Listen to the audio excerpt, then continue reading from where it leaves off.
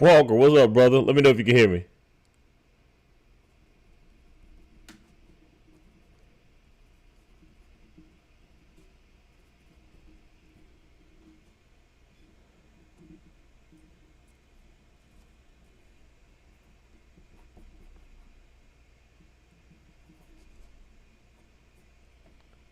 Yo, Dwight. Hey, can y'all hear me?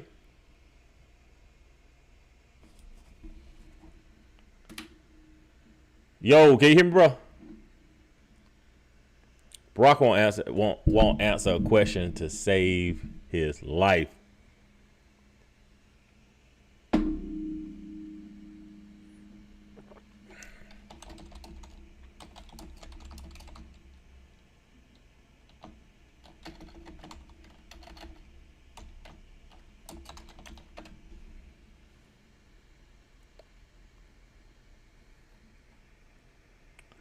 Man, sorry I missed you guys last week. Last week was hectic, man. I was on vacation. Probably had one of the most hectic vacations of my life. It was bound to happen. It was bound to be one of those times where you go out of town and you lose something that you need. And in this situation, I lost my cell phone, not on purpose. Somebody got me, but it was one of those weeks last week, so couldn't go live. Even if I could, man, I was not in the mood. You were stunned at two-factor authentication when you can't get to it. Like, how many things have two-factor authentication, and everything was tied to my cell phone. So vacation was not relaxing last week. So I'm gonna have to find an opportunity to take another vacation. Hey, Mimi, we got to get up soon. All right.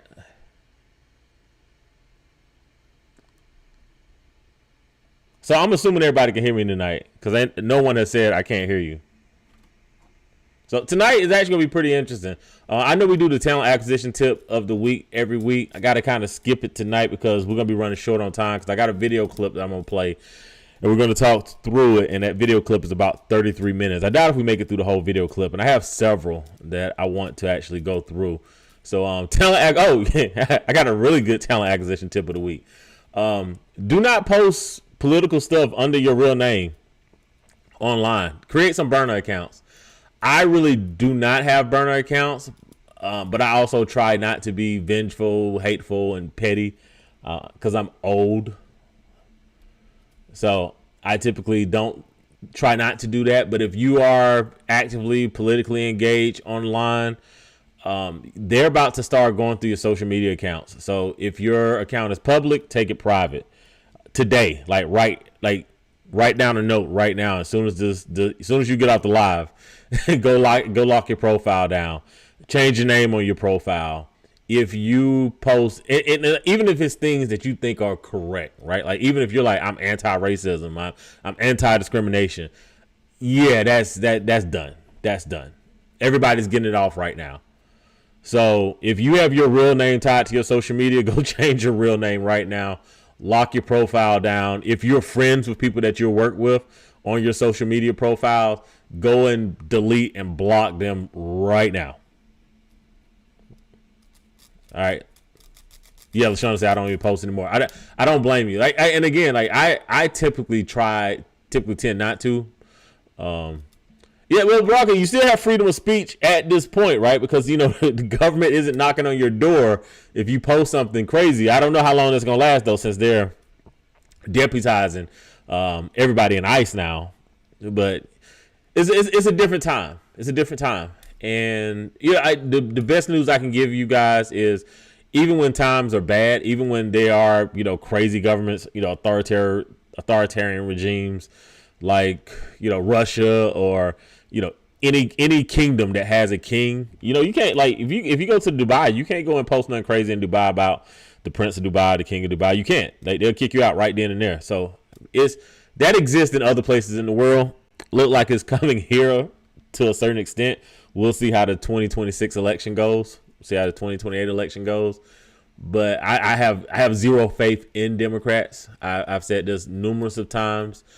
Democrats have pretty much proven to me that they're in line with exactly what the Republican Party is doing right now. So everybody's kind of decided that this is going to be the new normal. So it's what we is. Like don't despair, don't dismay, don't believe that oh gosh, I'm gonna lose every civil rights. I know, right? Famous last words. But things are about to be rougher. Things are about to be tougher.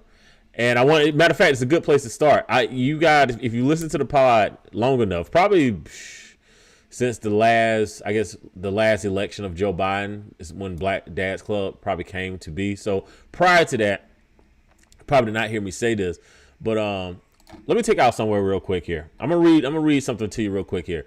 Whenever I mention the Troubles, this is what I'm talking about. The Troubles is a period that occurred basically at post the 1960s. Northern Ireland, what you see right here, is a part of the United Kingdom, and they wanted to break away. They wanted to be their own country. So during this time frame, they basically carried out. They basically had a paramilitary, the Provisional Irish Republic Army, right? The IRA, and the IRA was fighting the British government. This went on. Matter of fact, let's highlight this part right here. 3,500 people was murdered during this conflict. Okay, this conflict occurred from the 60s basically to the early 2000s. All right, this was two of the same people that was fighting. All right, now out of those 3,500 people, 1,800 of them was civilians. Okay, this is why I'm so adamant about African Americans staying out of this fight. Stay out of this fight. This has nothing to do with us. Do not go get on the front lines. Do not go to protest. Do not, fight for the equality of anybody, because no one sees you as an equal. They will use you as cannon fodder, but they do not see you as an equal. They will never see you as an ally. They are never going to power share. They're not. They will use you.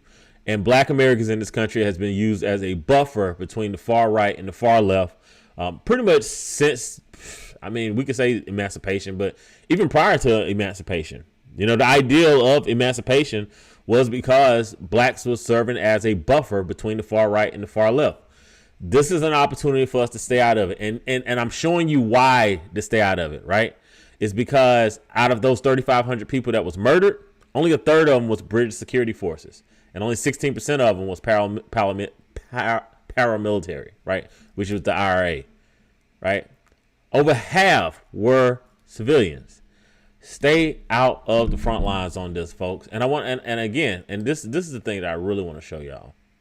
All right, because this is where we are now. Remember when this happened? I told y'all, welcome to the Troubles. All right, where is it? Okay, I want y'all to look at that last date right there. All right, look at that date. All right, 2001. All right, that is not a long time ago. That was the last date of the conflicts. All right. Now I want you to remember what happened in 2001 that might have distracted everybody from fighting one another here, because this was Anglos fighting Anglos, right? September 11th. It reshifted the focus from them fighting one another to them now having a common enemy again, which was Iran, Afghanistan. All right. The second connection I want y'all to make here is, up until this point, no one cared about everyone that was under the crown. So we're talking about India, the Caribbean nations, West African countries that at one point in time was under the crown. These people was getting very, very easy visas into the United Kingdom, right? No one paid attention to that prior because they were too busy fighting one another. All right. Once that happened, you start having the rise of the far right. So remember Brexit? Let's see here. Brexit doesn't happen until they call a truce here. Okay? Once they were able to take their fight off of one another, they was able to fight the out group, which was the others. All right? That is where you are here. Right? They're fighting one another right now. Everything that occurred last week, that's them versus them. All right? Happened in Utah. Kid raised in Utah. Utah family. overwhelmingly red state. They can say what they want to say. Has nothing to do with us here. As long as Afro-Americans stay out of the fight, stay out of the fray, what you see right here with the troubles, that is about to happen. And what I'm going to discuss tonight, I'm sorry, it's not going to be funny tonight. I am quite annoyed. I'm quite agitated. I'm not even going to lie. And it's not because of what happened last week. It's because my people are too freaking stupid to understand that there's nothing that we can do that would ever make them say, you know what? I got an ally in you. You know what? I want Afro-Americans to be seen on par, right? Not better than, on par with West Virginian and Mississippian Euro-Americans. It's not happening. And perhaps tonight when we go through a couple things that we're going to talk about, perhaps we'll have a better insight to why that is.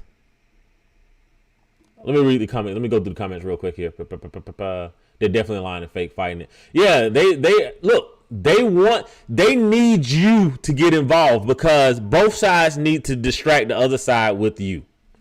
Man, the Dems had me feeling like the quote from Casino. Either he was in on it, or forgive me for saying that, he was too dumb to see what's going on. Either way, I cannot have a man like that. Absolutely, Brocker. Absolutely. They're either in on it, or they're too stupid. They do not even see us as humans. And you know, we're going to go into that. Tonight, we're gonna start the night off with social dominance theory, and then we're going to talk about black masculinity. Wondered why certain groups in society seem to hold more power and privilege than others? This question lies at the heart of social dominance theory, SDT, developed by Jim Sedanius and Felicia Prado. SDT offers insights into how social hierarchies are structured, maintained, and justified within societies. This is actually worth looking up, reading what they wrote on it. Social dominance theory is pretty new, and they're still trying to integrate social dominance theory into the working frame of racism, xenophobia, hierarchy, masculinity, etc. It posits that societies organize themselves into hierarchies based on group memberships, where dominant groups enjoy higher status, power, and access to resources compared to subordinate groups. These hierarchies are deeply embedded in social structures, institutions, and cultural norms, influencing various aspects of life. This is only 2 minutes, so just hang in there. Central to SDT is the concept of social dominance orientation, SDO, which refers to an individual's preference for hierarchy and inequality among social groups. Individuals with high SDO tend to endorse beliefs and behaviors that justify and perpetuate group-based hierarchies. This orientation can manifest in attitudes and actions that reinforce inequalities, such as prejudice, discrimination, and support for policies that maintain existing social structures. Now, I want y'all to remember that one part right there, maintaining existing social structures. Maintaining existing social structures. SDT helps explain why inequalities based on race, ethnicity, gender, and other group identities persist despite efforts toward equality.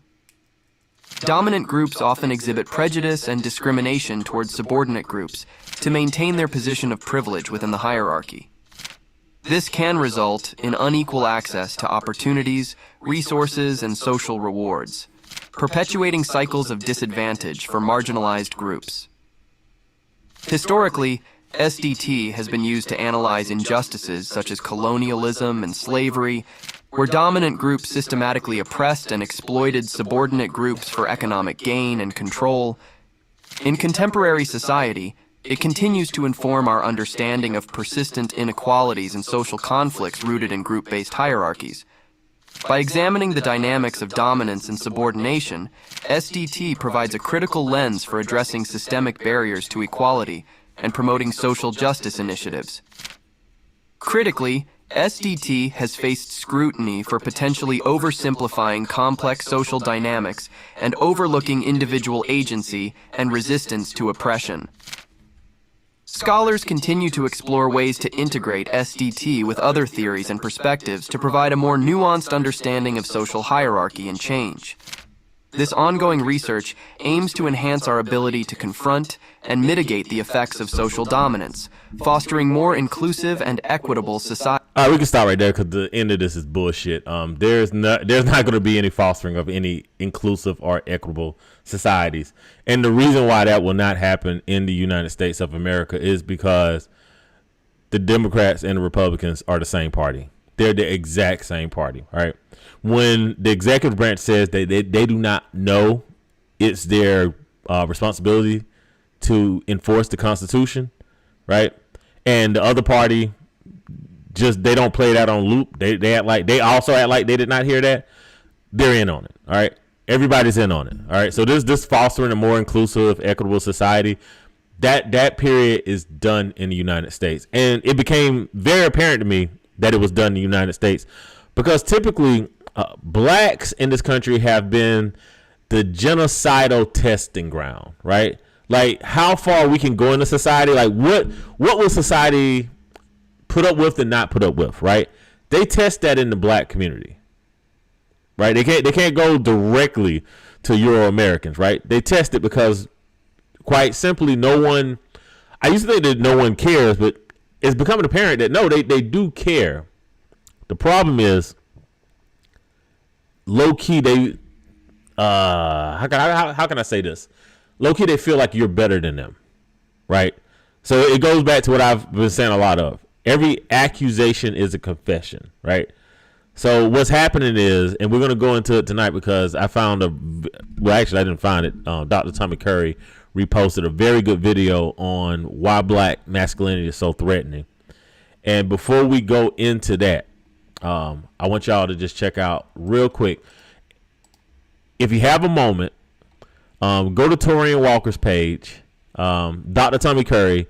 Y'all have heard me mention his name before. Dr. Tommy Curry is pretty much the guy that has created the whole field of black male studies. And it's not studying, whether or not black men are patriarchal or whether or not black men are treated fairly as much as it is about, hey, are black men being used as a genocidal testing ground, right? Is this where we try out things to see what we can get away with?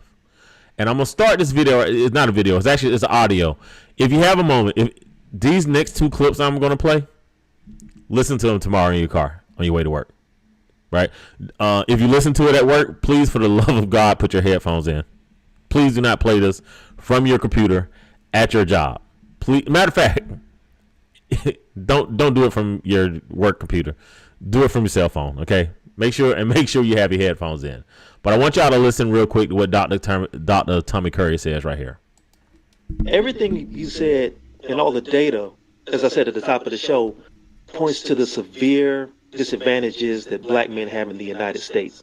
Mm-hmm. This is data that has been correlated. This is data that's been processed. This is data that's been researched for at least since the 1960s and probably beyond, but codified since the 1960s. Mm-hmm. So my question is, with all this data and with all this evidence to the situation that the majority of black men find themselves in, how and why are black men still thought of as privileged despite all this data to the contrary when all the evidence completely goes against that? All right, so this is Torian, and Torian is a reporter, and he's asking Dr. Tommy Curry, despite all the evidence that black men are not privileged, why are we still assigning this ideal of male privilege to the outgroup, which would be black men? It doesn't make any sense to me, and I'd love to get your thoughts on that. Well, you have to remember that the people that's advancing the narrative of black male privilege are doing so from an ideological basis that justifies their own class and institutional position. Okay, if it's muffled, what he's saying is that the people that are advocating that black men are coming from a place of privilege, they're using this to support their positions, right? So when we see a political murder happen and then they blame it on someone else, right? There's a reason that they're blaming it on the out group. It is not just scapegoating, which is kind of a place where I've been, but there's a real good reason for that.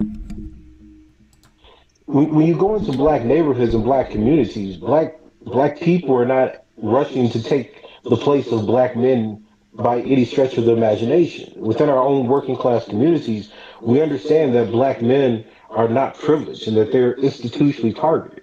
When I was a young child growing up in Louisiana, my mom would always tell me that, the system targets you. They're going to try to criminalize you. They're going to tell you what you think. So you have to be strong enough to recognize who you are and what you think. And what we've done currently is have an ideological battle that's being dictated disproportionately by people in the humanities and liberal arts that have no regard for data.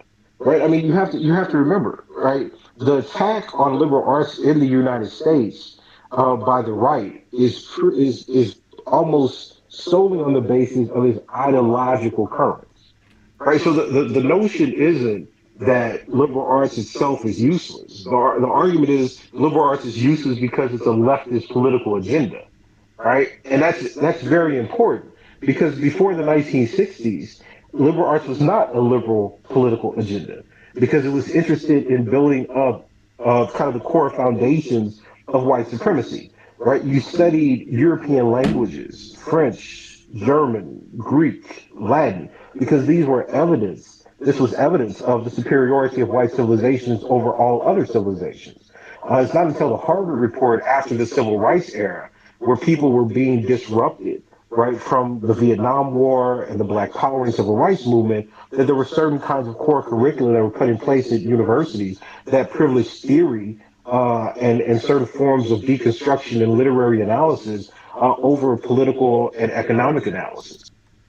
Now I'm going to stop it right there because I have a better video for you guys, but I wanted y'all to hear what Dr. Tommy Curry was saying here.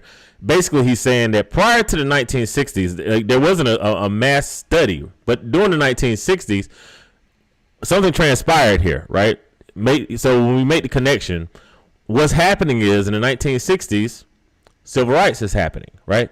And with civil rights happening, it is the biggest difference that is occurring during this period is black people basically receiving the right to vote, because the right to vote is seen as the right to govern oneself, right? Or govern the community that is around you. And one of the things that I didn't do that I probably should have did is, if you go back in the 1960s, there's not a huge immigrant population, and there's definitely not a huge influential immigrant population, right? So the black problem was a real problem during the 1960s.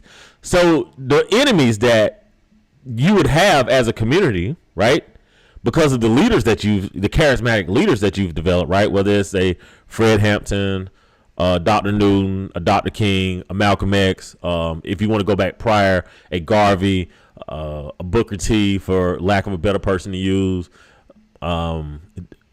Du Bois, right?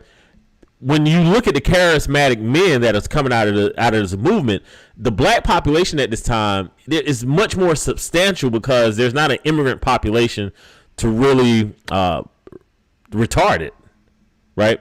So in the South, there's an opportunity now for black men to actually now vote and be elected into public offices, similar to Reconstruction, right? They're familiar with what happened during Reconstruction. We were not. So what happened is, in liberal arts, these schools actually start creating criteria and agendas that was not anti-black, because that would have been racist, right? But they created agendas that was anti-black male. And one of the biggest questions that we have is like, well, why would they create something that was anti-black male? That makes zero sense, right? Like, why would the out group, or excuse me, why would the in group be so concerned with the out group during this time frame? And I'm gonna play this clip. This is from Grandison. I want to say he's a professor, but he might be a teacher now. And his channel, look, but neither one of these guys' channel have a lot of people following them, and both of them should, right? Including Dr. Curry.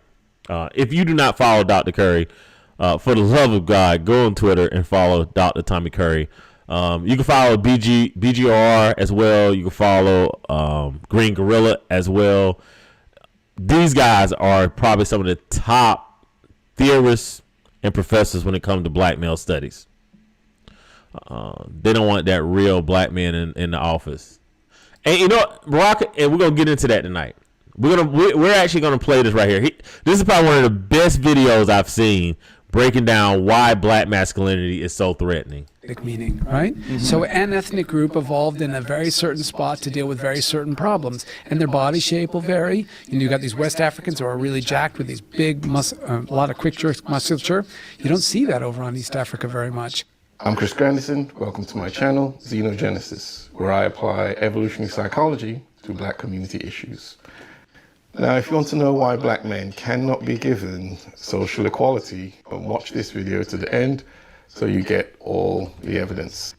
So in this video, I clipped some parts of a lecture I gave on this subject of the physical aspects of black masculinity that explains the evolutionary reasoning why we are on average perceived as threatening and more physically formidable. In fact, in evolutionary psychology, they would call it our response to testosterone-linked morphological traits. So this is like, how broad your shoulders are, how deep your voice is, how much upper body muscle you're carrying, even on the shape of your skull, how prominent are your brow ridges. Because we seem to be attuned and pay attention to these features of our body that show how strong or weak the action of testosterone has been on our development. So I want to show evidence of how this does affect the thoughts and behavior of people observing black men. And most importantly, the psychological machinery this engages in people's minds that contextually shapes their social responses to black men. Now, these clips will have studies included, and I'll put those studies in the description as well, so you can read this information firsthand for yourself. One of the strong findings across psychology now, this isn't, just evolutionary psychology. This is lots of different forms of psychology. Find over and over again, black people, black men are perceived as being more masculine. At that point, you can take the racial context and move it to the side and just say, how do human beings respond to higher levels of masculinity, whether it's within their own group or high, strong masculinity in members of outgroups? How do human beings respond to that? How do they even perceive strong masculinity? So there's a perception of potential for aggression, violence, and physical dominance. So when they perceive that means there's a threat when it's in an in-group of being dominated by another group, because they're displaying this higher level of an ability to physically dominate. And for whatever reason, although I do think I know the reasons, but it's a very strong finding that perceive black men as being more masculine. When you add the cultural learning on top of that, so the ethnic stereotypes around black males as well, the two together, it just causes white male police officers to be quicker to want to use force against black men and to use a higher level of force against black men. And I found this across the United Kingdom and in the United States. Multiple lines of evidence, whether it's psychological, whether it's something like here in this report from the Greater Manchester Police Achieving Racial Equality report, when they talk about use of force on black men, this is what they kept finding in those reports from white officers. Okay, now I want y'all to listen. This is what they keep finding in the reports whenever there is violence against black men. Now, these are black men that have been arrested, right? So these aren't just people that they're just running across, but every time in the police report, they're finding that this is being said that they're not finding in police reports for even other out groups, right? So not much less the in group, but even other out groups. Listen to what they're saying in the reports. That they would talk about the physique of black men, and they're less likely to do that with any other kind of men, white men or whatever. Where there's a negative psychological response to, let's say, black men or black people from law enforcement. Now, one study that may support something like that is this 2010 study, where they found white perceivers for whom self-protection goals are highly salient, and of course that's going to be the case with police officers. They erroneously see anger, but not other negative emotions, in the neutrally expressive faces of black men. So they're not expressing any anger. But the white perceivers whose self-protection goals are salient, they are seeing anger in that face. But in the same research, they're not seeing that in the faces of white men or women or the faces of even black women. So it wasn't just straight up racial. Now, this is one of the things that I want to point out, right? They only saw that in the face of black men. So a lot of times I'm asked the question is, why is it that you kind of left the whole pro-black, realm, and you're here now and you're like, hey, I'm just focusing on the top third of black men, right? Because even before I had this information, I was like, yo, the top third of black men are being treated the same way as the bottom third of black men are being treated, right? But not only are we being treated the same way as the top third of black men and the bottom third by Euro Americans, right? The in group, right? We're actually being treated that exact same way in our group, right? And that is insane to me, because our group should be the ones that recognize and notice that, despite the fact that, black men are more threatening, I won't use that as an excuse to denigrate or attack or minimize, right, the benefit of what current black men are doing, right? Which, and those are all the things we talk about on the podcast, right? Whether it's parenting, whether it's being egalitarian in the homes, whether it's finding joy in fatherhood, right? Like, what all those things that we are statistically better at, right? Why is it that everybody is looking at us and saying, no, I don't really know about them folks there, right? You will never not be perceived as a threat by the in-group. And when your community, right, because I won't just put it on women, because it's also it's men, right? It's conservative men, right? It's liberal men, right? There's a lot of people that buy into the theory, because remember, liberal arts, it only really took off during the civil rights movement. Why did liberal arts take off during the civil rights movement, right? Again, always ask yourself this question: what is transpiring that we're making this great cultural shift in this country? And the reasoning was, because black men were starting to have the ability to vote. So liberal arts became this ideal of, let's study black men, and then let's create this, where we're going to go here, right? This ideal of violence behind them, right? Roe versus Wade. Remember, Roe versus Wade was passed finally because the young lady said she was raped by a group of black men. So this is not a far right issue right here. It's far right, it's far left. This is an American issue, and I need my brothers to understand this is how you're perceived. And I'm not giving you this information so you say, okay, I want to be a revolutionary. Like, no. We're done martyring ourselves for a cause, right? But if you understand that there's nothing you can ever do that's going to make someone see you in the way that you want to be perceived, something wild. Then there's always going to be that concern, that fear around black masculinity. People on the Joe Rogan podcast some years back speaking about differences in physical masculinity, how they